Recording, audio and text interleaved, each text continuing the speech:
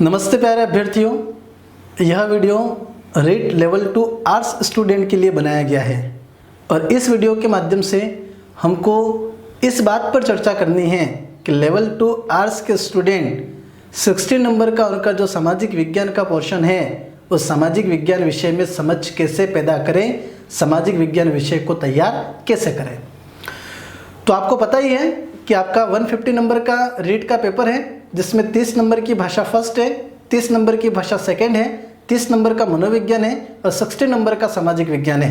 तो आज इस वीडियो के माध्यम से हमको इस बात का विश्लेषण करना है कि 60 नंबर के सामाजिक विज्ञान के पोर्शन में हम अधिक से अधिक अंक कैसे प्राप्त करें, सामाजिक विज्ञान विषय को तैयार कैसे करें, सामाजिक विज्ञान विषय की तैयारी के लिए किस तरह की रणनीति बनाएं।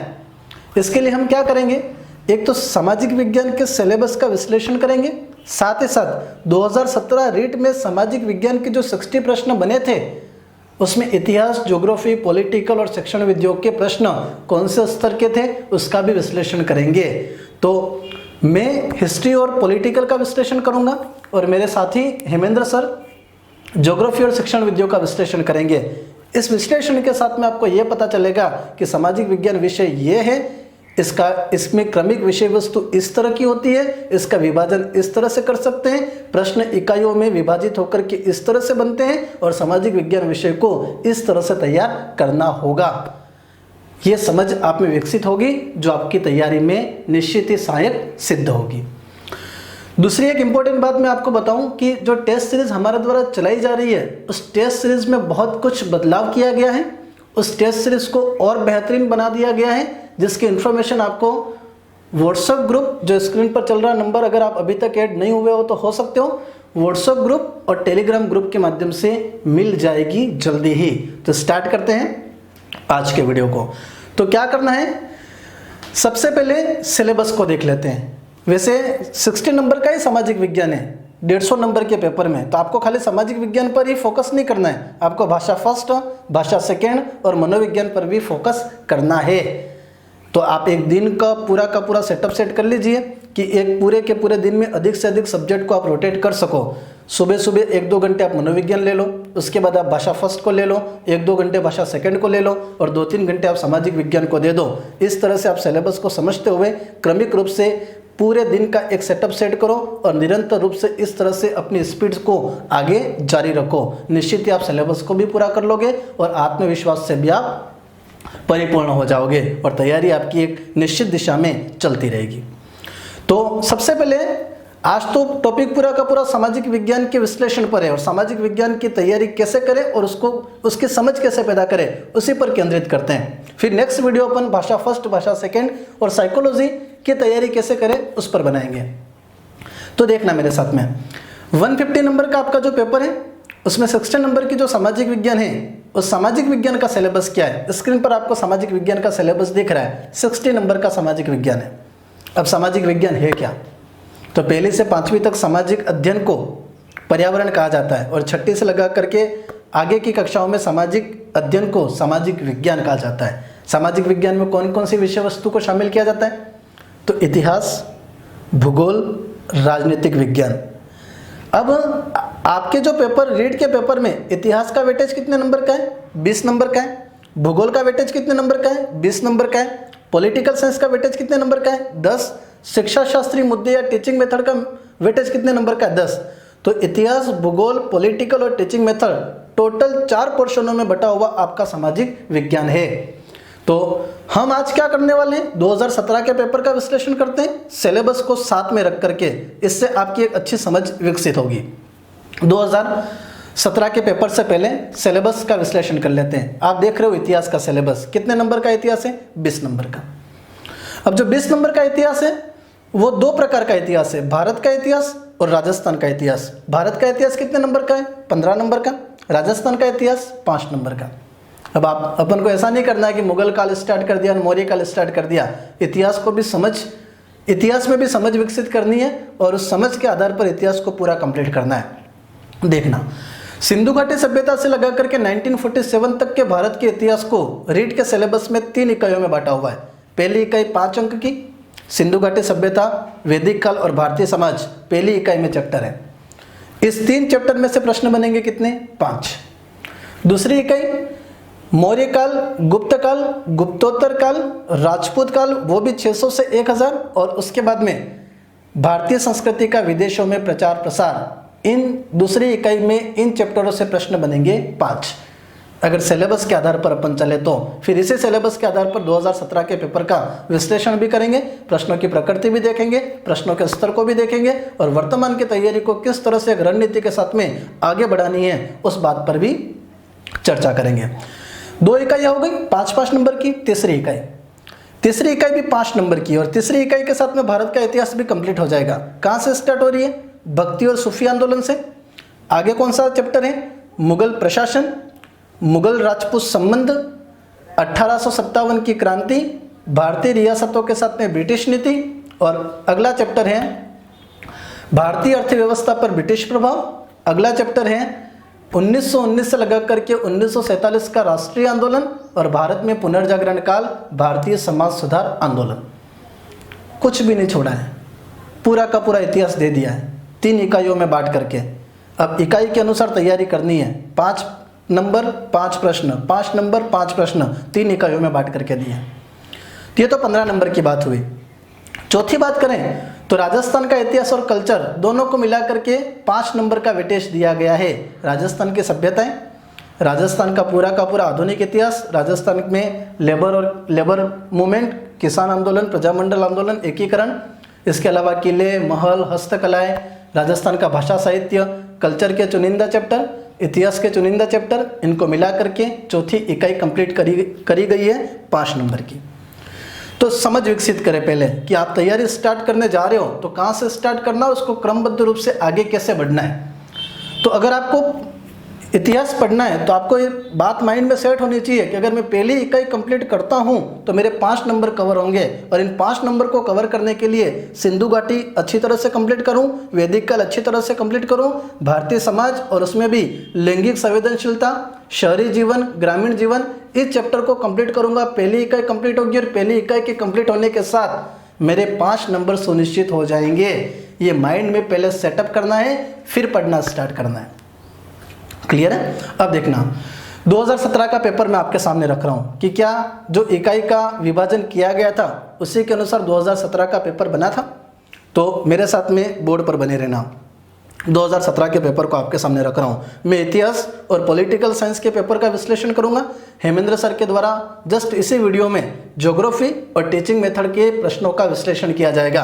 प्रश्नों के स्तर को देखना, इकाई के अंक विभाजन के अनुसार प्रश्न कैसे बने हैं उस स्तर को देखना, और उसी स्तर को ध्यान में रखते हुए, सिलेबस को ध्यान में रखते हुए सामाजिक विज्ञान की तैयारी में पूरी तरह से जुट जाना है। तो इतिहास का पेपर मैं आपके सामने रख रहा हूँ। आप अगर देख रहे हो स्क्रीन पर तो इतिहास का पेपर आपके सामने है। अब पहली इकाई है जिसमें सिंधु घाटी सभ्यता, वैदिक काल और भारतीय समाज। कितने प्रश्न बनने? 5। 2017 की रीट में क्या 5 प्रश्न बने थे? देखते हैं। तो 2017 के पेपर में इकाई 1 में जो अंक विभाजन दे रखा है उस अनुसार प्रश्न नहीं बने। तो प्रश्न कहाँ से बने? तो सिंधु घाटी सभ्यता इतना बड़ा चैप्टर है, प्रश्न ही नहीं बना। जबकि सिंधु घाटी सभ्यता को देखें तो सिंधु घाटी सभ्यता का विस्तार, सिंधु घाटी सभ्यता का नगर नियोजन, सिंधु घाटी सभ्यता के नगरों की प्रमुख विशेषताएं, सामाजिक, धार्मिक, आर्थिक जीवन, बच्चे सब पढ़ करके गए थे, लेकिन प्रश्न ही नहीं आया। लेकिन वो 2017 का की रीड थी, उसमें प्रश्न नहीं बना। आपको उसको ध्यान में रखते हुए वर्तमान में सिंधु घाटी सभ्यता को नहीं छोड़ना है। इस बार पेपर बनाने वाला पैनल अलग होगा। इस बार आपको सिंधु घाटी सभ्यता इकाई 1, 2, इतिहास, भूगोल सभी अच्छी तरह से पढ़ करके जाना है। अब देखते हैं। तो सिंधु घाटी सभ्यता से प्रश्न नहीं बना तो पहली इकाई में 5 प्रश्न कहाँ से बने? तो पहले तो ये क्लियर कर दूं कि पहली इकाई से 5 प्रश्न नहीं बने थे, 4 ही बने थे। पहला प्रश्न कौन सा है? तो पहला प्रश्न बना था रावी नदी का प्राचीन नाम। अब यह प्रश्न वैदिक काल से बना है, और आपको पता ही है कि रावी नदी का प्राचीन नाम कौन सा है? परुषणी नदी। अब वैदिक काल की भी बात करें तो वैदिक काल बहुत बड़ा चैप्टर है। आर्यों का मूल निवास स्थान, ऋग वैदिक काल, उत्तर वैदिक काल, दोनों काल को अगर कंपेयर करें तो दोनों कालों का सामाजिक, धार्मिक, आर्थिक, राजनीतिक जीवन पढ़ना पड़ता है। बच्चे इतनी गहराई में पढ़ करके गए थे, और प्रश्न बहुत ऊपर का दे दिया कि रावी नदी का प्राचीन नाम क्या है।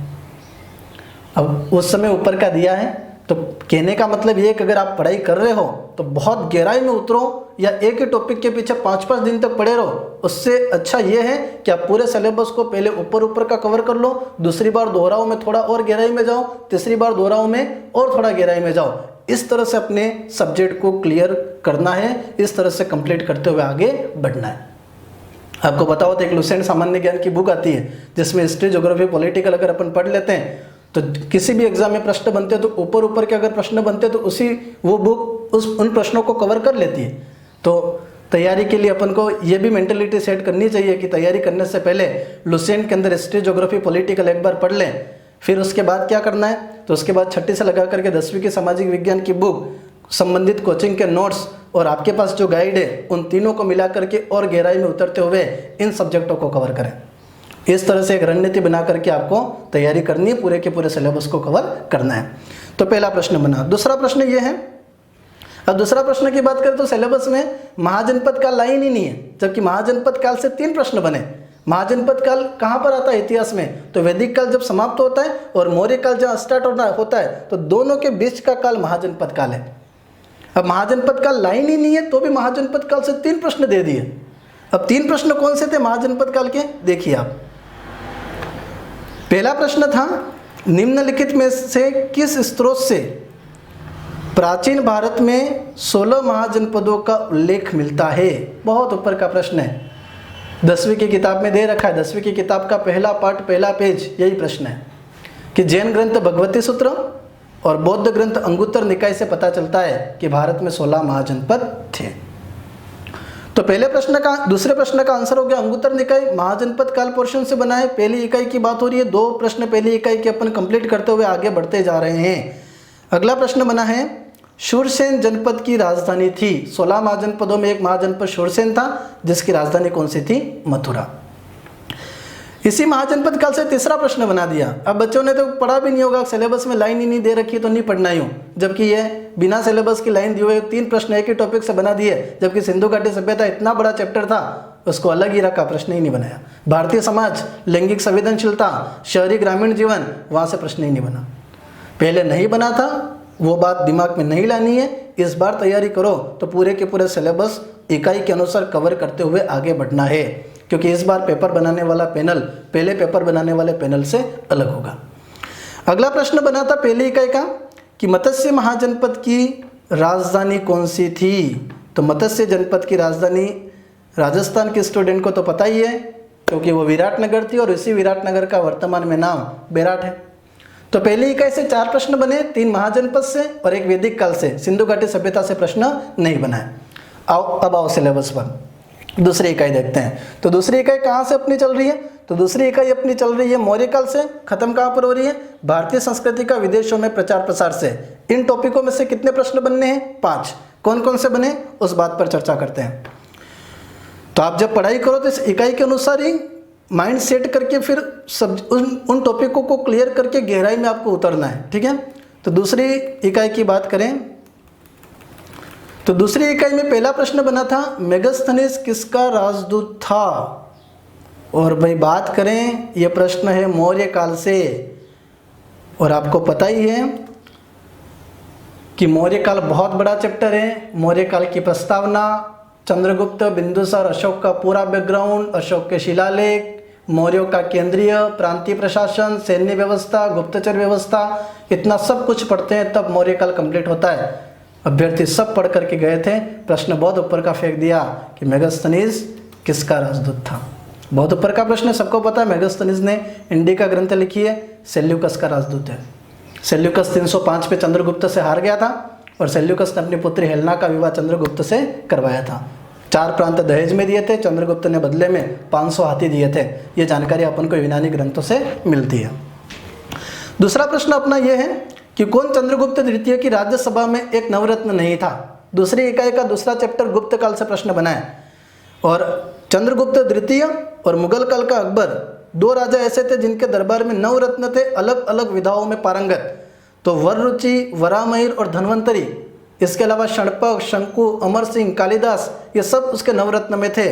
तो कौन नवरत्न में शामिल नहीं था, फायन। चीनी यात्री था फायन, चंद्रगुप्त सेकंड के समय भारत आया था, अपना ग्रंथ लिखा था फोक्यो की उस ग्रंथ में कहीं पर भी चंद्रगुप्त द्वितीय का उल्लेख नहीं किया था, यानी फायान चंद्रगुप्त के नवरत्न में शामिल नहीं है। दूसरी इकाई में 2 प्रश्न बन गए हैं, एक मौर्य काल से, एक गुप्त काल से। तो इस बार भी आपको मौर्य काल को अच्छी तरह से कंप्लीट करना है, साथ ही साथ गुप्त काल को भी अच्छी तरह से कंप्लीट करना है। फिर बात करें, प्रश्न अगला बना है, पेगन वंश का आनंद मंदिर कहाँ पर स्थित है? तो पेगन वंश का आनंद मंदिर कहाँ पर स्थित है? म्यांमार में, बर्मा में। इसके पहले वाले जो रीट हुई थी 2015 में, उसमें भी, इसके पहले जो रीट हुई थी उसमें भी प्रश्न बना था कि अंककोरवाट में विष्णु मंदिर का निर्माण किसने करवाया। यह भी भारतीय संस्कृति का विदेशों में प्रचार प्रसार चैप्टर में से प्रश्न बना था, और ये पेगन वंश का आनंद मंदिर भी उसी चैप्टर में से बना प्रश्न है। तो पेगन वंश का आनंद मंदिर कहाँ पर है? बर्मा में। दूसरी इकाई से तीसरा प्रश्न बन गया है। दूसरी इकाई से चौथे प्रश्न की बात करते हैं। तो दूसरी इकाई से चौथा प्रश्न बना है राजपूत काल से। वैसे राजपूत काल 600 से लगा करके 1000 ईस्वी दे रखा है, लेकिन यहाँ पर जो प्रश्न बना है वो 1000 से आगे की ईस्वी का बन गया है। और प्रश्न बहुत ऊपर का, इसलिए दिक्कत भी नहीं हुई स्टूडेंट को उस समय, कि तराइन का युद्ध 1191 यानी पहला युद्ध किसने जीता? तो तराइन का पहला युद्ध जीता था पृथ्वीराज चौहान ने। यहाँ तक क्लियर है? आगे चलते हैं। तो पहली इकाई में 5 प्रश्न बनने चाहिए थे, बने 4। दूसरी इकाई में 5 प्रश्न बनने चाहिए थे, बने 4। अब तीसरी इकाई की बात करते हैं। तो पहले तो बोर्ड पर आप ये देख लीजिए कि तीसरी इकाई कहाँ से कहाँ तक है। तो तीसरी इकाई भक्ति काल, मुगल प्रशासन, मुगल राजपूत संबंध, ब्रिटिश नीति भारतीय रियासतों के साथ, भारतीय अर्थव्यवस्था पर ब्रिटिश प्रभाव, 1857 की क्रांति, इसके बाद में सामाजिक सुधार आंदोलन जिसको पुनर्जागरण काल कहते हैं, और 1919 से लगा करके 1947 का राष्ट्रीय आंदोलन। मतलब सबसे बड़ी इकाई तीसरी इकाई है, और इसमें से प्रश्न बनाने हैं खाली 5। लेकिन 2017 के पेपर में इकाई के अनुसार, टॉपिक के अनुसार प्रश्नों को चुनने में ध्यान बिल्कुल नहीं दिया गया। प्रश्न कहाँ से बने देखते हैं। पहला प्रश्न बना था भक्ति और सूफी आंदोलन से, और प्रश्न ये था कि विष्णु के भक्त कहलाते थे। लोग भक्ति आंदोलन को डीप में पढ़ करके गए थे। भक्ति आंदोलन की प्रस्तावना मध्वाचार्य, निम्बरकाचार्य, शंकराचार्य, इसके अलावा सूफी आंदोलन में चिश्ती सिलसिला, फिरदौसी सिलसिला, सत्तारी सिलसिला। लेकिन कहीं से प्रश्न नहीं बना, बहुत ऊपर से प्रश्न दे दिया कि विष्णु के भक्त क्या कहलाते हैं? विष्णु के भक्त कहलाते हैं आलवार। तो ये पेपर बनाने की कभी प्रकृति होती है, कभी पेपर बहुत कठिन बन जाता है, कभी पेपर का स्तर इजी रहता है। तो अपन को कठिन और इजी दोनों को मान करके तैयारी करनी है, लेकिन पहले उस टॉपिक को ऊपर से पूरा अपन पढ़ लें, फिर टॉपिक के गहराई में हम उतरें, क्योंकि सिलेबस में वेरिएशन बहुत ज़्यादा है। लैंग्वेज, साइकोलॉजी और एसएस ये सब हमको कवर करने होते हैं। आगे चलते हैं। तो तीसरी इकाई में पहला प्रश्न बन गया था, विष्णु के भक्त क्या कहलाते हैं? आलवार कहलाते हैं। और शिव भक्त क्या कहलाते हैं? नैनार। आपको पता ही अलवारों की संख्या 12 थी, नैनारों की संख्या 63 थी। अलवारों में जो 12 संत थे उसमें से एक प्रमुख महिला संत थी जिसका नाम था अंडल। इस बारे में आपको जानकारी है। तो दूसरी इकाई का पहला प्रश्न कंप्लीट हो गया है। आगे चलते हैं। दूसरी इकाई का अगला प्रश्न। दूसरी इकाई का अगला प्रश्न बना है, मुगल प्रशासन से नहीं बना, मध्यकालीन सामाजिक स्थिति से प्रश्न नहीं बना, और प्रश्न सिंपल सा बन गया मुगल राजपूत संबंध से। और मुगल राजपूत संबंध में भी प्रश्न यह बना है कि महाराणा प्रताप के हाथी का क्या नाम है? लोगों ने आव देखा न ताव डायरेक्ट कर दिया चेतक, जबकि पूछा हाथी, घोड़ा पूछा ही नहीं। लेकिन महाराणा प्रताप के साथ में वो चेतक का कॉम्बिनेशन जमा है, तो हाथी पूछा, ये दिमाग में रहा ही नहीं, घोड़ा करके आ गया। फिर बाद में अच्छे को पता चला कि हमको तो पता था, लेकिन चेतक पहले ठीक हो गया, क्या करें। तो प्रताप के हाथी का नाम क्या है? प्रताप के हाथी का नाम राम प्रसाद है। हल्दी घाटी के युद्ध में राम प्रसाद हाथी का महावत मारा जाता है, और राम प्रसाद हाथी अकबर के पास, अकबर के कब्जे में चला जाता है। तब अकबर इसका नाम राम प्रसाद से चेंज करके पीर प्रसाद रख देते हैं। ये जानकारियाँ पढ़ने में हमको आती ही हैं। तो दूसरी इकाई से 2 प्रश्न, तीसरी इकाई से 2 प्रश्न बन गए हैं। अगला प्रश्न बना है, न तो 1857 की क्रांति से, न अर्थव्यवस्था पर प्रभाव से, न रियासतों के साथ में नीति से, न पुनर्जागरण काल से, न 1919 से 1947 के राष्ट्रीय आंदोलन से। इतने बड़े बड़े चैप्टर को इग्नोर करके बिल्कुल अलग तरह से प्रश्न दिया है। और प्रश्न यह है कि पुस्तक आनंद मठ में वंदे मातरम किसने लिखा? तो पुस्तक आनंद मठ में आपको पता हो तो नील विद्रोह की भी जानकारी मिलती है, और पुस्तक आनंद मठ में वंदे मातरम गीत लिखा था बंकिम चंद्र चटर्जी ने। तीसरा प्रश्न हो गया तीसरी इकाई का। महाराणा महात्मा गांधी, 1857 की क्रांति, बहुत अच्छी तरह से बच्चे पढ़ करके गए थे। उन टॉपिकों को एग्जामिनर ने इग्नोर किया, उन प्रश्नों को शामिल ही नहीं किया। इस बार हो सकते हैं, इस बार आपको सब टॉपिक अच्छी तरह से क्लियर करने हैं। अगला प्रश्न ये है, 10वीं की किताब में दे भी रखा है, विनायक दामोदर सावरकर का नाम तो नहीं दे रखा 10वीं की किताब में, लेकिन ये ज़रूर दे रखा है कि श्यामजी कृष्ण वर्मा ने लंदन में आने वाले भारतीय युवाओं के लिए छात्रवृत्ति की व्यवस्था की थी, और उसी छात्रों में एक छात्र थे विनायक दामोदर सावरकर। तो विनायक दामोदर सावरकर को छात्रवृत्ति की व्यवस्था किसने की थी लंदन में? श्यामजी कृष्ण वर्मा ने। तो तीसरी इकाई से भी प्रश्न बनने चाहिए थे 5, बने कितने? 4। हर इकाई से एक एक प्रश्न काट लिया। अब हर इकाई से जो एक एक प्रश्न काटा है वो चौथी इकाई में इसकी भरपाई हो जाएगी। चौथी इकाई में प्रश्न बनने हैं 5, लेकिन बना देंगे 8, और वो चौथी इकाई राजस्थान से रिलेटेड है। वैसे तो अच्छा ही है, राजस्थान का वेटेज ज़्यादा रहे तो हो सकता है इस बार रीट में थोड़ा बहुत चेंजेस करें तो राजस्थान का वेटेज बढ़ा दे। सेटअप यही रह सकता है, प्रारूप यही रह सकता है, लेकिन ये अंक भार को अगर ऊपर नीचे करें तो राजस्थान का वेटेज हिस्ट्री, ज्योग्राफी, पॉलिटिकल को मिला करके बढ़ा सकते हैं। अगर बढ़ाएंगे तो एक अपडेट वीडियो आपको तुरंत उस समय मिल जाएगा विश्लेषण के तौर पर। फिर बात करते हैं राजस्थान में कहाँ से प्रश्न बने हैं। तो राजस्थान में प्रश्न बने हैं चौथी इकाई से, और पहला प्रश्न है सामाजिक सुधारक गोविंद गुरु का जन्म कहाँ हुआ, यानी कौन से परिवार में हुआ। तो 1858 में बंजारे परिवार में बासिया डूंगरपुर गांव में गोविंद गुरु का जन्म हुआ, ये आपको पता ही है। अगला प्रश्न बना था चेतावनी चुंगटिया ग्रंथ किसने लिखा। तो चेतावनी चुंगटिया ग्रंथ लिखा था केसरी सिंह बारट ने, और इस ग्रंथ के माध्यम से 1903 लॉर्ड कर्जन के द्वारा दिल्ली में आयोजित दरबार में जाने से रोका था मेवाड़ महाराणा फतेह सिंह को। ये 13 सोर्टों का एक पत्र था जो मेवाड़ महाराणा फतेह सिंह को दिल्ली स्टेशन पर मिला था। महाराणा ने इस पत्र को पढ़ करके दिल्ली दरबार में नहीं गए थे, और 1615 में जो मेवाड़ मुगल संधि हुई थी उस संधि की मर्यादा फतेह सिंह ने इस पत्र के माध्यम से रखी थी। तो 2 प्रश्न बने राजस्थान के इतिहास से। आगे चलते हैं राजस्थान में। तो आगे प्रश्न बना है राजस्थान में,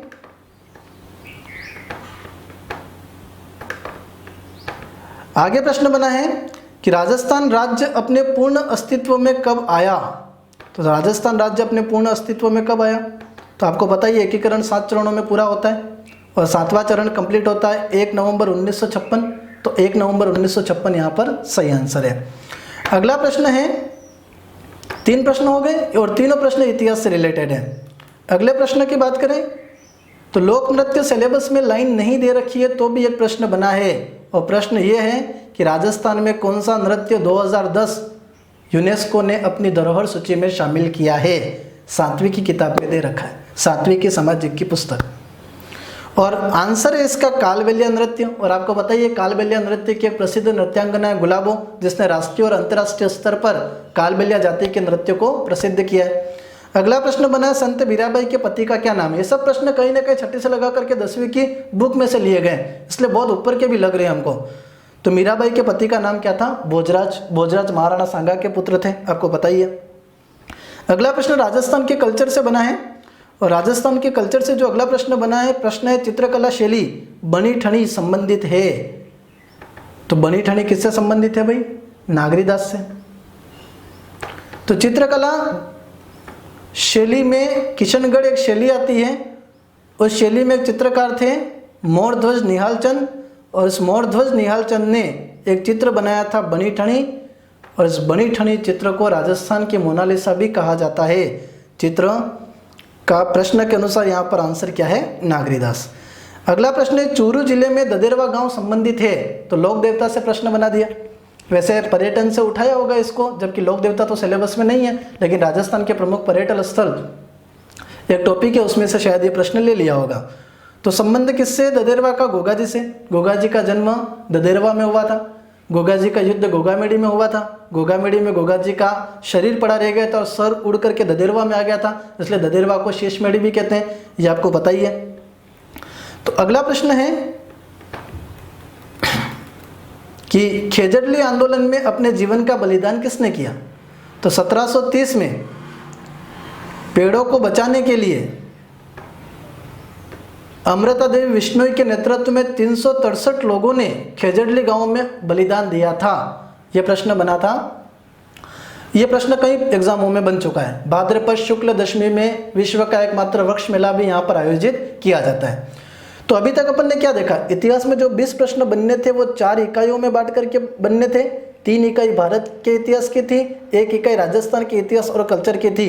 भारत के इतिहास में 15 प्रश्न बने थे 12। राजस्थान इतिहास कल्चर में प्रश्न बनने थे 5, बन गए 8। टोटल मिलाकर के संख्या कितनी हो गई, 20। बैलेंस में पूरा का पूरा आ गया लास्ट तक। फिर आगे चलते हैं। आगे देखें तो पॉलिटिकल साइंस देखना, स्क्रीन पर देख रहे हो। पॉलिटिकल साइंस कितने इकाइयों में बटी हुई है, 2 इकाइयों में। पहली इकाई में कौन कौन से टॉपिक है, तो पहला टॉपिक है उद्देश्य का, दूसरा टॉपिक है मूल अधिकार, चौथा टॉपिक है मूल कर्तव्य और 5वां टॉपिक है धर्मनिरपेक्षता सामाजिक न्याय। अब इन चैप्टर में से प्रश्न बनाने हैं 5। फिर बात करते हैं क्या 5 प्रश्न इन चैप्टरों के अकॉर्डिंग बने, वो देख लेते हैं। तो 5 प्रश्न इस चैप्टर के अकॉर्डिंग बने थे। कैसे बने थे देखते हैं। पहला प्रश्न बना था पॉलिटिकल साइंस में, भारतीय संविधान की प्रस्तावना में उल्लेखित हम भारत के लोग से क्या तात्पर्य है। 4 ऑप्शन है। सोच पर आधारित प्रश्न था और इसका आंसर है संप्रभुता भारत के लोगों में निहित है। उद्देशिका से एक प्रश्न बन गया। अगला प्रश्न, भारत के संविधान के किस अनुच्छेद के अंतर्गत अस्पृश्यता को समाप्त किया गया है, तो अनुच्छेद 17 के तहत। मूल अधिकार से प्रश्न बन गया। अगला प्रश्न पॉलिटिकल साइंस में कहां से बना है, तो अगला प्रश्न पॉलिटिकल साइंस में बना है भारत के संविधान के किस भाग में मूल कर्तव्य को सन्निहित किया गया है या मूल कर्तव्य को शामिल किया गया है। तो यह प्रश्न मूल कर्तव्य में से बना है, नीति निर्देशक तत्व से प्रश्न नहीं बना है। तो भाग 4A। ए क्यों लगा है, क्योंकि ये संविधान में बाद में जोड़ा गया है, 1976 में जोड़ा गया है, इसलिए ए लगा है। जबकि भाग 4 में नीति निर्देशक तत्व है, इसको बाद में जोड़ा गया, इसलिए भाग 4A आ गया। तो इसका आंसर हो गया सी। तो एक प्रश्न बन गया मूल कर्तव्य से। अगले प्रश्न की बात करते हैं।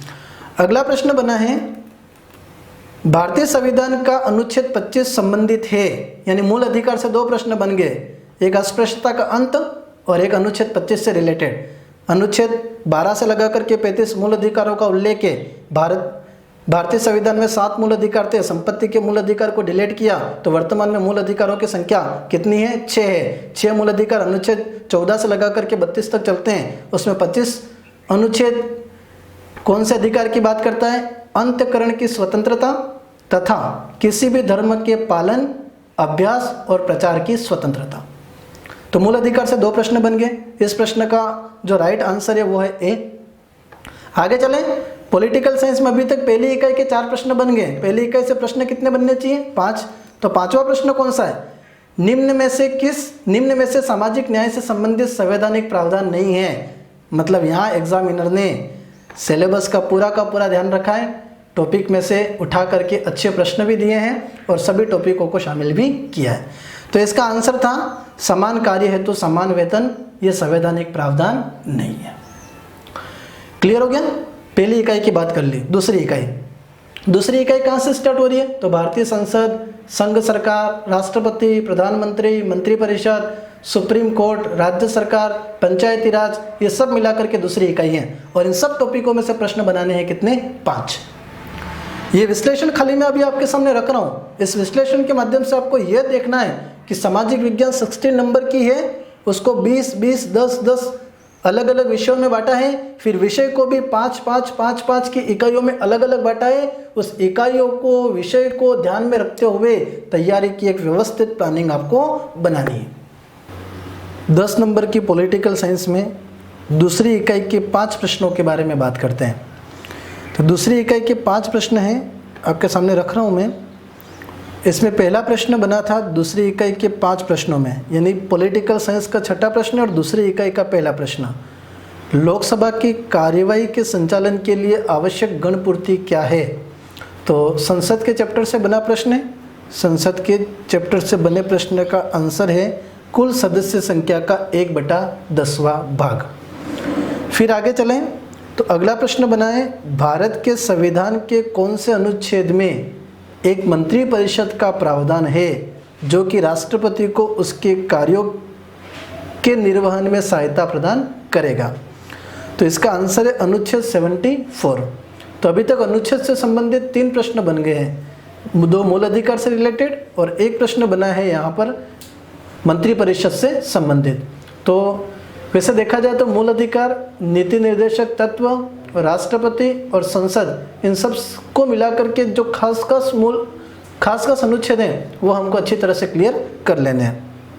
अगर आप मूल अधिकार को पढ़ते हो तो क्रमबद्ध रूप से 12 से 32 तक जमा दीजिए।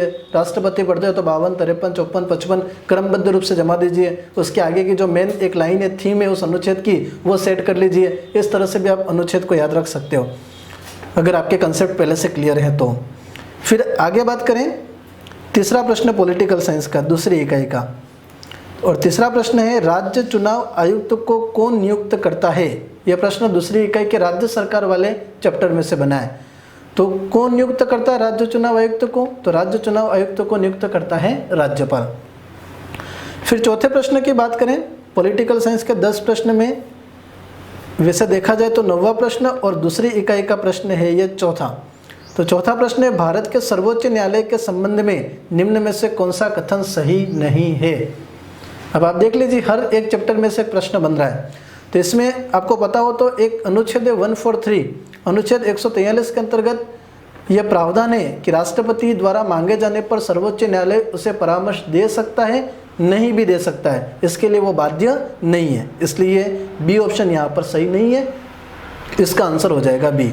लास्ट प्रश्न की बात करें तो यहाँ पर लास्ट प्रश्न पॉलिटिकल साइंस का 10वें नंबर का जो दूसरी इकाई से बना है, उस लास्ट प्रश्न को आपके सामने रखूँ मैं। भारत के राष्ट्रपति के चुनाव के निर्वाचक मंडल में शामिल है। निर्वाचक मंडल में कौन कौन शामिल होता है? तो अनुच्छेद 52 में ऐसा कहा गया कि भारत में एक राष्ट्रपति होगा। 53 में कहा गया कि कार्यपालिका की सभी शक्तियां राष्ट्रपति में निहित होगी। और अनुच्छेद 54 में कहा गया है कि राष्ट्रपति का चुनाव एक निर्वाचक मंडल के द्वारा होगा, जिसमें कौन कौन सदस्य शामिल होंगे? तो डी ऑप्शन यहाँ पर राइट होगा। भारत की संसद यानी लोकसभा, राज्यसभा, भारत की संसद, राज्यों की विधानसभा, इसके साथ में दिल्ली और पुडुचेरी संघ शासित प्रदेश से चुने गए निर्वाचित सदस्य। तो आंसर डी हो जाएगा, संसद, विधानसभा, दिल्ली, पुडुचेरी संघ शासित प्रदेशों के निर्वाचित सदस्य। तो कुल मिलाकर के कितने प्रश्न हो गए पॉलिटिकल साइंस के? 10। 5 प्रश्न पहली इकाई से, 5 प्रश्न दूसरी इकाई से। सिलेबस अकॉर्डिंग, टॉपिक अकॉर्डिंग 10 प्रश्न को चुना गया पॉलिटिकल साइंस में। सिलेबस अकॉर्डिंग टॉपिक का ध्यान नहीं रखा गया था हिस्ट्री में, लेकिन इस बार आपको हिस्ट्री को सिंधु घाटी सभ्यता से 1947 तक अच्छी तरह से कवर करना है। अब मेंटेलिटी सेट कीजिए कि आपके सामने सामाजिक विज्ञान विषय है, इसको आपको कैसे पढ़ना है। तो सबसे पहले तो सामाजिक विज्ञान विषय को 4 विषयों में बांट दीजिए। 3 तो हो गए हिस्ट्री, ज्योग्राफी, पॉलिटिकल, 1 हो गया टीचिंग मेथड। फिर हिस्ट्री पढ़ रहे हो तो एक माइंड सेट कीजिए, 4 इकाइयाँ हैं। पहली इकाई में ये चैप्टर मेरे को इसको इस तरह से कवर करनी है, इस तरह से चारों इकाइयाँ हिस्ट्री की कवर करनी है, दोनों इकाइयाँ पॉलिटिकल साइंस की कवर करनी है, 4 इकाइयाँ ज्योग्राफी की कवर करनी है, 2 इकाइयाँ टीचिंग मेथड की कवर करनी है। ठीक है, क्या करना है, बहुत गहराई से पढ़ो। उसके पहले आपको लुसेंट जैसी बुक से हिस्ट्री, ज्योग्राफी, पॉलिटिकल ऊपर की अच्छी तरह से पढ़ लेनी है। एक एग्जाम्पल बताता हूँ, जैसे कि ये लुसेंट की बुक के 2 पेज में आपके सामने रख रहा हूँ। लास्ट वाले 2-3 डायग्राम है भारत की ज्योग्राफी से रिलेटेड, बहुउद्देशीय परियोजना से रिलेटेड। इस डायग्राम में से फाइनल एक प्रश्न बन जाता है। तो इस तरह के डायग्राम हिस्ट्री, ज्योग्राफी के हम अच्छी तरह से लुसेंट की बुक में से क्लियर कर लें। फिर कोचिंग के नोट्स के बाद में 6 से लगा करके 10th की बुक और 6 से लगा करके 10 की बुक के अलावा आपके पास में और कोई प्रमाणिक पुस्तक हो तो उनका सहारा लेकर के संबंधित टॉपिकों को क्लियर करें, व्यवस्थित प्लानिंग सेट करें, एक अच्छी योजना बनाएं और इस तरह से अपने सिलेबस को पूरा कंप्लीट करें। निश्चित ही अगर आप सकारात्मक रहते हुए इस तरह से आगे बढ़ते जाओगे तो सफलता आपको प्राप्त होगी, लेकिन आत्मविश्वास आपको भरपूर रखना पड़ेगा। आप जिस जगह से बिलोंग करते हो, आप जिस घर परिवार के माहौल से बिलोंग करते हो, वहाँ आपने सोच रखा है कि आपको कुछ ना कुछ चेंज करना है, परिवर्तन करना है, और वो तभी संभव है जब आप खुद दृढ़ प्रतिज्ञ होंगे, तभी संभव है जब आप एक अच्छी ऊर्जा के साथ में तैयारी में जुट जाओगे। आशा है कि ये वीडियो आपके लिए बहुत अधिक उपयोगी होगा। इस वीडियो के माध्यम से आप सामाजिक विज्ञान विषय को बहुत अच्छी तरह से समझ सकोगे। आगे सामाजिक विज्ञान के 2 पोर्शन है, ज्योग्राफी और शिक्षण विद्या। उसके लिए हेमेंद्र सर आपको पूरा का पूरा विश्लेषण करके बताएंगे। अगले वीडियो में हम भाषा फर्स्ट, भाषा सेकंड और साइकोलॉजी के बारे में बात करेंगे, पहली बात। दूसरा, रीट लेवल 1 के स्टूडेंट के लिए भी हम जल्द एक वीडियो लेकर के आएंगे जिसमें हम पर्यावरण अध्ययन को किस तरह से पढ़ा जाए इस बारे में पूरा का पूरा एक विवरण उनके सामने पेश करेंगे। जल्दी पटवारी और कांस्टेबल के लिए भी एक विश्लेषणात्मक वीडियो आपके सामने पहुंचाएंगे जिससे आप उन स्टूडेंट को भी तैयारी के लिए एक सरल उपाय मिल सके। दूसरा, टेस्ट सीरीज का हिस्सा बनिए। चैनल से जुड़े हुए व्यक्ति बहुत ज़्यादा मेहनत करते हैं, इसलिए चैनल को सब्सक्राइब कीजिए। जो भी REET, patwari, constable first grade second grade की तैयारी करने वाले अभ्यर्थी हैं वहाँ तक इस वीडियो को अधिक से अधिक पहुँचाइए। धन्यवाद, मिलते हैं अगले वीडियो में। आगे की जो भी ज्योग्राफी और शिक्षण विद्या के विश्लेषण के लिए हेमेंद्र सर आपके सामने रूबरू हो रहे हैं। धन्यवाद। आइए साथियों, विश्लेषण के अगले क्रम में हम ज्योग्राफी और शिक्षा शास्त्र, जिसको शिक्षण विद्या भी बोला जाता है, उसका विश्लेषण करते हैं। सबसे पहले हमें देखना है कि ज्योग्राफी का भी किस तरीके से इकाईवार डिवाइडेशन करते हुए अंकों का विभाजन किया गया है। तो सबसे पहले देखते हैं सिलेबस, यहाँ आप देख पा रहे हैं, जिसमें सबसे पहले विश्व भूगोल, जिसको पृथ्वी के प्रमुख घटक के रूप में इकाईवार किया गया है। इसके बाद हम देखते हैं संसाधन भूगोल, संसाधन भूगोल के बाद भारत और भारत भूगोल के बाद राजस्थान भूगोल। इस तरीके से 4 भागों में विभाजित करते हुए प्रत्येक इकाई में से पूर्व के जो प्रश्न पत्र हैं यदि उसको आधार मान लिया जाए तो 5-5 अंकों का विभाजन हमारे सामने आता है। अब अपन देखते हैं कि जो लास्ट टाइम पेपर हुआ था उस पेपर के अंतर्गत आपके कितने कितने नंबर के प्रश्न कौन कौन सी इकाई में से आए थे। तो सबसे पहले पृथ्वी के घटक में से 5 नंबर के प्रश्न आए थे, संसाधन भूगोल में से 3 प्रश्न आए थे, भारत भूगोल में भी 5 प्रश्न और राजस्थान भूगोल के अंतर्गत 7 प्रश्न हो गए थे। तो पिछली बार संसाधन भूगोल में 2 प्रश्न कम आए हैं और उसमें राजस्थान को वेटेज ज़्यादा दिया था, लेकिन हमको ये नहीं मानना है कि संसाधन भूगोल को अभी कम वेटेज दें और राजस्थान को ज़्यादा दें। सबको बराबर वेटेज देते हुए चलना है और आपकी तैयारी निश्चित ही एक योजनाबद्ध और लक्ष्योन्मुखी होगी। इस तरीके का विश्लेषण हम कर रहे हैं। तो आइए सबसे पहले अपन देखते हैं पृथ्वी के प्रमुख घटक इकाई में से या जिसको कहते हैं वर्ल्ड ज्योग्राफी के अंतर्गत से महत्वपूर्ण प्रश्नोत्तर। तो आपके जो लास्ट टाइम पेपर में प्रश्न आए हैं उन प्रश्नों की बात करें अपन, तो प्रश्न जो आए हैं उनकी प्रकृति को ध्यान रखते हुए हमें तैयारी करनी है।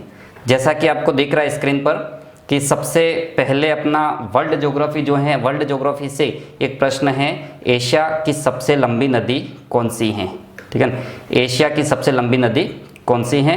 तो एशिया की सबसे लंबी नदी है यांगटी सिक्यांग। यांगटी सिक्यांग एशिया की सबसे लंबी नदी है, लेकिन आपको ध्यान भी रखना है कि इस तरीके का प्रश्न बार बार ये इस तरीके से भी आया है कि एशिया के अंदर या चीन का शौक किस नदी को कहते हैं, तो होंग हो, ये भी अपन को ध्यान रखना है। अगला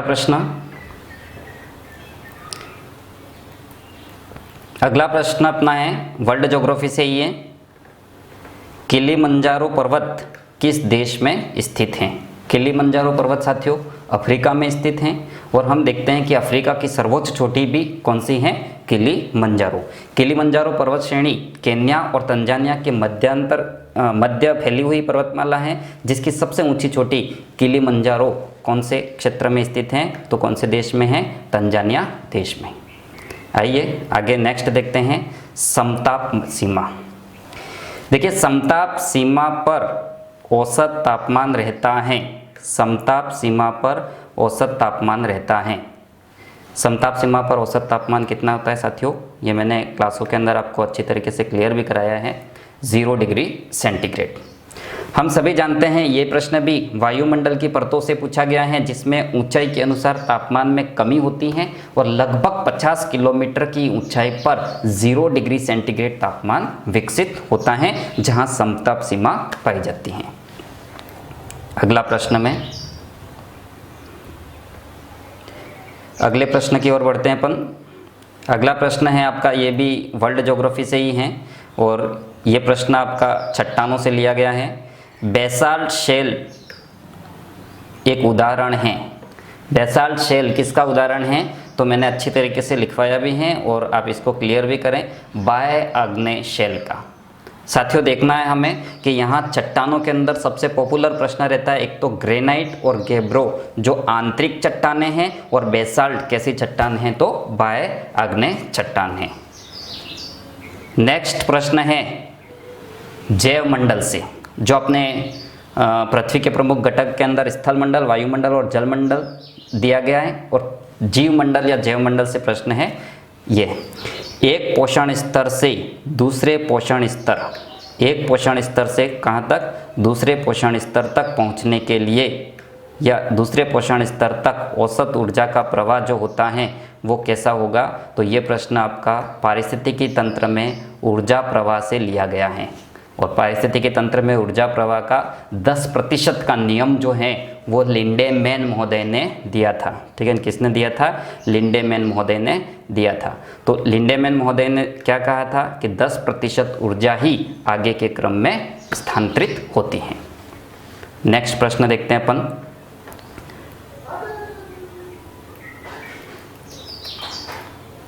नेक्स्ट प्रश्न, ये प्रश्न है अपना राजस्थान ज्योग्राफी से, और राजस्थान ज्योग्राफी से प्रश्न है, निम्नलिखित में से कौन सा राष्ट्रीय राजमार्ग, निम्नलिखित में से कौन सा NH या राष्ट्रीय राजमार्ग 15 से जुड़ा हुआ जिला नहीं है, या कौन सा स्थान राष्ट्रीय राजमार्ग संख्या 15 द्वारा नहीं जुड़ा है? तो इस प्रश्न पर काफ़ी विवाद भी होते हैं, हालांकि इस प्रश्न को डिलीट कर दिया गया था। इसमें ये सभी जो जिले हैं वहाँ से राष्ट्रीय राजमार्ग संख्या 15 निकलता है। अभी हम उसको राष्ट्रीय राजमार्ग संख्या 62 के तौर पर जानते हैं। आगे देखते हैं, ये भी प्रश्न राजस्थान से ही हैं। निम्नलिखित में से राजस्थान में मीठे पानी की मानव निर्मित झील हैं सबसे बड़ी, तो सबसे बड़ी मीठे पानी की मानव निर्मित झील उदयपुर के अंतर्गत कौन सी झील हैं साथियों? जैसमन झील है। नेक्स्ट, अगले क्रम में अपन चलें तो ये भी फसलों से आया है प्रश्न आपका। फसलों के आधार पर कृषि को 3 भागों में बांटते हैं, और प्रश्न है निम्नलिखित में से कौन सी रबी की फसल हैं? तो यहाँ पर हम सभी जानते हैं कि गेहूँ, सरसों, चना ये सब क्या हैं? रबी की फसल हैं। बाकी सभी अपन देखते हैं तो खरीफ की फसलें हैं। इसके बाद आगे नेक्स्ट प्रश्न में है, ये इंडियन ज्योग्राफी से। इंडियन ज्योग्राफी के अंतर्गत अपन देखते हैं तो 5 मार्क्स या 5 प्रश्नों का विभाजन हमें देखने को मिलता है। तो इसके अंदर भी सबसे पहला प्रश्न है राष्ट्रीय जल मार्ग, ठीक है ना, आंतरिक राष्ट्रीय जल मार्ग। और ये कौन सा आंतरिक जल मार्ग है? जो ब्रह्मपुत्र नदी में सदिया से धुबरी तक, साथियों सदिया से धुबरी तक है। तो ये इसका उत्तर रहेगा आपका राष्ट्रीय जलमार्ग संख्या 2। राष्ट्रीय जलमार्ग संख्या 2 ब्रह्मपुत्र नदी में सदिया से धुबरी है, और राष्ट्रीय जलमार्ग संख्या 1 गंगा नदी में स्थित राष्ट्रीय जलमार्ग है, जो भारत का सबसे लंबा राष्ट्रीय जलमार्ग है।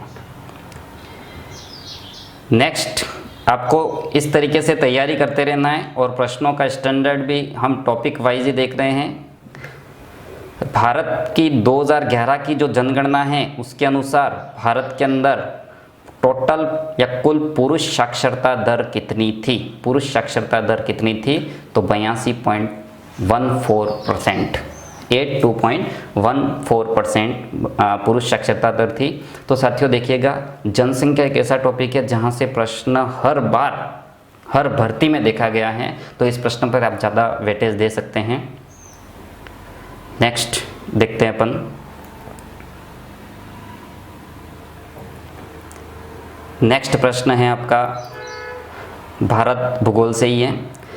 इसके अंदर अपन देखें तो भारत में शीतकालीन वर्षा कहाँ से उत्पन्न होने वाले चक्रवातों का परिणाम है?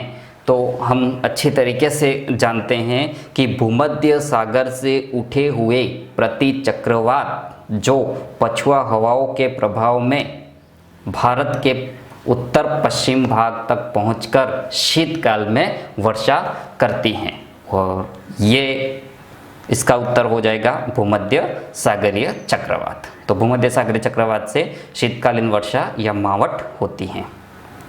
अगला प्रश्न देखते हैं। सिंधु गंगा मैदान में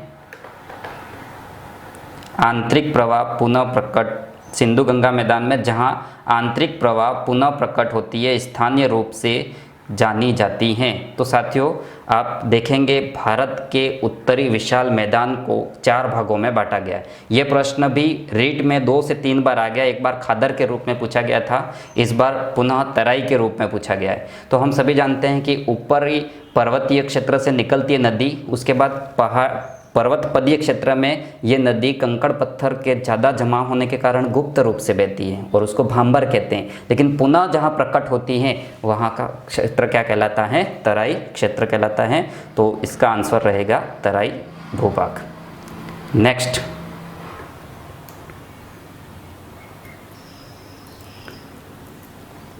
नेक्स्ट प्रश्न है आपका संसाधन भूगोल से है ये प्रश्न। आधुनिक औद्योगिक सूत्रपात का श्रेय निम्न में से किस संसाधन को जाता है? आधुनिक औद्योगिकरण के सूत्रपात का श्रेय निम्नलिखित में से किस संसाधन को जाता है? तो साथियों हमने नवीनीकरण ऊर्जा संसाधन में चाहे प्रोग्रेस बहुत अधिक की है, लेकिन फिर भी अभी भी जो औद्योगिक आधार स्तंभ है, उद्योग के लिए ऊर्जा का जो आधार स्तंभ है वो कौन है? कोयला ही है। तो इसमें कहीं कोई कंफ्यूज ना होना है, ये कोयले से ही वर्तमान का औद्योगिकरण का सूत्रपात हुआ है। नेक्स्ट प्रश्न की बात करें तो ये भी संसाधन ज्योग्राफी से ही आपका प्रश्न है। देखिएगा, टिकाऊ या दीर्घकालीन सतत कृषि हेतु निम्नलिखित में से भारत के किस राज्य ने क्या किया है? रासायनिक उपयोग को निषिद्ध कर दिया है। रासायनिक उपयोग को निषिद्ध कर दिया। अब देखिए, हम सभी जानते हैं कि भारत का पहला राज्य जो पूर्ण रूप से जैव उर्वरक राज्य के नाम से जाना जाता है, वो ही राज्य यहाँ पर क्या करेगा? रासायनिक उपयोग को या रासायनिक उर्वरक को क्या करेगा? निषिद्ध करेगा। तो इसका आंसर क्या रहेगा? सिक्किम राज्य रहेगा, जिसने रासायनिक उर्वरक का उपयोग बंद कर दिया गया है और जैव उर्वरक का प्रयोग करता है। तो पहला जैविक राज्य भी कौन सा है? सिक्किम। और राजस्थान में पहला जैविक जिला कौन सा है? तो आपको उत्तर देना है कमेंट बॉक्स के अंतर्गत। नेक्स्ट अपन बात करें, ये भारत भूगोल से प्रश्न है। इसमें प्रश्न पूछा गया है कि निम्नलिखित में से किस लोहा इस्पात संयंत्र की स्थापना ब्रिटेन के तकनीकी सहयोग से की गई है या हुई थी? तो साथियों मैं क्लासों के अंदर बताता रहता हूं कि आपको द्वितीय पंचवर्षीय योजना के अंतर्गत उद्योगों को सबसे पहली प्राथमिकता दी गई थी और उसी में यहाँ पर कुछ उद्योगों की स्थापना हुई थी। तो मैंने एक सूत्र भी बताया था कि भीरूराज दुर्गा ने स्टील का कप बनाया। तो भीरूराज दुर्गा ने भी, तो यहाँ पर आपको अभी तो केवल इतना ध्यान रखना है कि दुर्गापुरा इस्पात संयंत्र की स्थापना ब्रिटेन के तकनीकी सहयोग से हुई थी। आगे का प्रश्न देखते हैं अपन। नेक्स्ट प्रश्न राजस्थान ज्योग्राफी से है और इस प्रश्न का उत्तर लगभग सभी अभ्यर्थी जिन्होंने एग्ज़ाम के अंदर पार्टिसिपेट किया ही होगा 100%। देखिए अगला प्रश्न है आपका, निम्नलिखित में से कौन सी नदी उत्खाद भूमि या बेडलैंड टोपोग्राफी के लिए कुख्यात हैं? बेडलैंड टोपोग्राफी का मतलब उबड़ खाबड़ भूभाग, और उबड़ खाबड़ भूभाग के लिए प्रसिद्ध या कुख्यात नदी कौन सी है? तो पूरे भारतवर्ष में चंबल नदी इसके लिए कुख्यात है। नेक्स्ट प्रश्न है आपका, याकूत जनजाति, ये भी संसाधन ज्योग्राफी से कह सकते हैं। याकूत जनजाति का आवास स्थान क्या है? तो ध्रुवीय जनजातियां हैं ये, और इनका आवास स्थान है उत्तरी साइबेरिया। इसका उत्तर होगा साथियों उत्तरी साइबेरिया। और उत्खात भूमि का उत्तर कौन सा हो गया था? चंबल नदी। नेक्स्ट प्रश्न, गग्गर। ये प्रश्न भी एक छोड़ के एक एग्जाम में देखने को ही मिल रहा है। गग्गर का मैदान जो है वो अवस्थित हैं। तो गग्गर का मैदान कौन से जिलों में है? हम सभी जानते हैं हनुमानगढ़ और गंगानगर जिले में। ये राजस्थान के भौतिक प्रदेश में से लिया गया प्रश्न है, ये हनुमानगढ़ और गंगानगर डिस्ट्रिक्ट। राजस्थान का प्रथम सूती वस्त्र उद्योग स्थापित हुआ था, तो ये हुआ था द कृष्णा मिल्स लिमिटेड नाम से। कहाँ पर? सेठ दामोदर दास राठी द्वारा ब्यावर में स्थापित किया गया था। अगला प्रश्न देखते हैं अपन। देखिए, जनसंख्या से 2 प्रश्न आए। मैंने पहले ही कहा है कि ये टॉपिक आपका वेटेज देने योग्य टॉपिक हैं, आप ध्यान रख सकते हैं। 2011 की जनगणना, वापस से देखना, 2011 की जनगणना के अनुसार राजस्थान के किस जिले की दशकीय वृद्धि दर न्यूनतम रही है? तो इसका उत्तर रहेगा सबसे न्यूनतम दशकीय वृद्धि दर रही है गंगानगर की, और सबसे अधिक दशकीय वृद्धि दर है किसकी? बाड़मेर डिस्ट्रिक्ट की।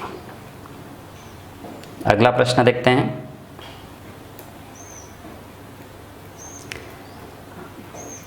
अब हमारा जो नेक्स्ट क्वेश्चन आता है वो है शिक्षा शास्त्र या शिक्षण विद्या।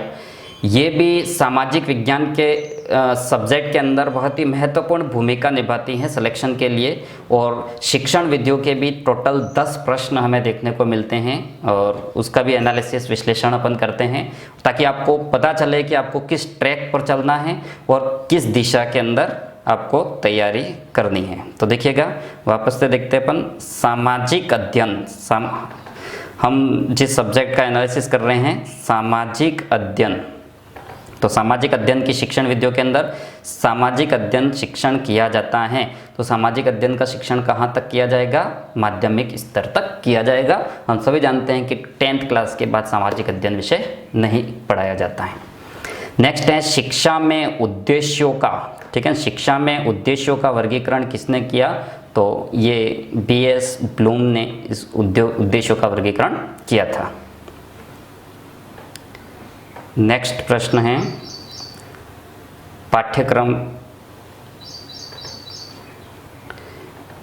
पाठ्यक्रम के क्षेत्र में शामिल हैं। देखिए, विद्यालय के अंदर शिक्षक और छात्र के बीच अंतःक्रिया का माध्यम है पाठ्यक्रम, और पाठ्यक्रम में शामिल हैं विद्यालय के अंदर जो आंतरिक क्रिया की जाती है वो भी शामिल हैं, और विद्यालय के अंदर जो बाह्य क्रिया की जाती हैं वो भी शामिल हैं। इसका उत्तर होगा साथियों उपरोक्त दोनों, इसका उत्तर होगा। फिर अपन देखते हैं नेक्स्ट प्रश्न है शिक्षण विधियों से संबंधित ही। सामाजिक अध्ययन की पाठ्य पुस्तक अनुरूप होनी चाहिए। किसके अनुरूप होनी चाहिए? क्योंकि हम जो सामाजिक अध्ययन करा रहे हैं वो किसको करा रहे हैं? विद्यार्थी को करा रहे हैं, तो किसके अनुसार होनी चाहिए? विद्यार्थी के अनुसार होनी चाहिए। स्पष्ट है। इसमें थोड़ा सा कॉमन सेंस का प्रयोग करेंगे तो भी 2-4 प्रश्न अपने राइट जा सकते हैं। कोशिश कीजिएगा कि सभी प्रश्न यहाँ से राइट जाए, और मैं हमेशा कहता हूँ कि शिक्षण विधियों को सबसे ज़्यादा वेटेज देना है आपको। देखते हैं आगे अगला प्रश्न, सामाजिक अध्ययन। समझना इस प्रश्न को। सामाजिक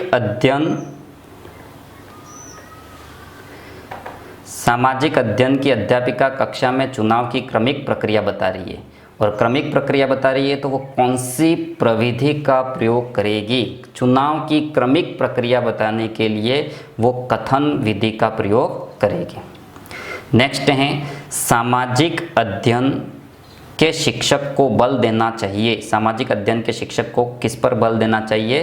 तो सामाजिक मुद्दों के प्रति चिंतन शक्ति का विकास, बच्चों के अंदर सामाजिकता का विकास हो, बच्चों के अंदर सामाजिक मुद्दों के प्रति संवेदनशीलता हो या चिंतन स्तर का विकास हो, इसके लिए सामाजिक अध्ययन के शिक्षक को इस बिंदुओं पर या इन मुद्दों पर बल देना चाहिए। चलिए अगला प्रश्न देखते हैं।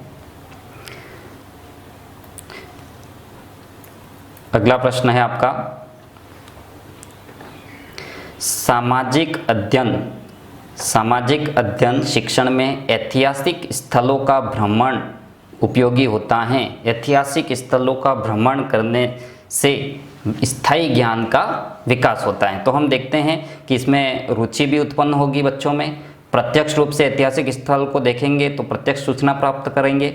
विषय वस्तु की नज़दीकी से, पास में से अनुभव या उसको स्पर्श करके समझेंगे तो विषय वस्तु की बेहतर समझ होगी। अतः यहाँ का उत्तर होगा उपरोक्त सभी। तो सामाजिक अध्ययन शिक्षण में ऐतिहासिक स्थलों का भ्रमण व्यक्ति को सूचना प्रत्यक्ष देता है, बेहतर समझ देता है और विषय के प्रति रुचि भी उत्पन्न करता है। अगला प्रश्न है ब्लूम की पाठ योजना। देखिए पाठ योजना से प्रश्न है ये, ब्लूम की पाठ योजना किस पर आधारित थी? तो ब्लूम की पाठ योजना आधारित है उद्देश्यों पर आधारित। ठीक है ना साथियों, यहाँ पर ध्यान रखना है उद्देश्यों पर आधारित। ऐसा नहीं कि सभी का उपरोक्त सभी है तो उपरोक्त सभी दे उपरोक्त सभी टिक करते जाओ, थोड़ा कॉमन सेंस का भी प्रयोग करिएगा।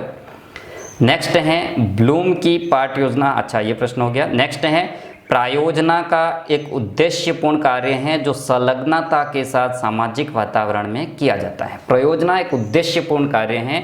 मैंने क्लासों के दौरान इस परिभाषा को सबसे ज़्यादा महत्वपूर्ण बताया था, जो पिछली बार पूछी भी जा चुकी हैं। तो ये परिभाषा है साथियों किलपैट्रिक की। ध्यान रखना, इस परिभाषा को याद रखना है। किलपैट्रिक की परिभाषा आपको याद रखनी है। नेक्स्ट अपन देखते हैं, लास्ट प्रश्न है सामाजिक अध्ययन में निम्न में से कौन सी परीक्षा छात्रों के स्वतंत्र चिंतन के मूल्यांकन का अवसर देती है? देखो विद्यार्थी या छात्र स्वतंत्र चिंतन करेगा तो स्वतंत्र चिंतन जो होता है न तो वो वस्तुनिष्ठ प्रकार का होता है न शॉर्ट टर्म का होता है। जब वो लॉन्ग टर्म के आंसर देगा तो हमें पता चलेगा कि उसका चिंतन स्तर कैसा है। उसके चिंतन स्तर का मूल्यांकन करना है तो हमें हमेशा निबंधात्मक प्रश्नों को देना चाहिए। तो इसका उत्तर है निबंधात्मक प्रकार की परीक्षा। तो इस तरीके से अपन देखते हैं कि सिविल परीक्षाएं जो होती हैं निबंधात्मक प्रकार की परीक्षा इसीलिए होती है। अभी तक हमने जो पाठ्यक्रम पर विश्लेषण किया वो विश्लेषण पूर्व निर्धारित प्रक्रिया और पाठ्यक्रम पर आधारित था और अभी जो न्यू पैटर्न आएगा उसमें भी आशा है कि इसी तरीके की प्रक्रिया रहेगी। चेंज होने की संभावनाएं काफ़ी कम हैं। यदि थोड़ा बहुत भी चेंज होता है तो हम फिर से विश्लेषण लेकर अगले वीडियो में मिलते हैं। तब तक के लिए धन्यवाद।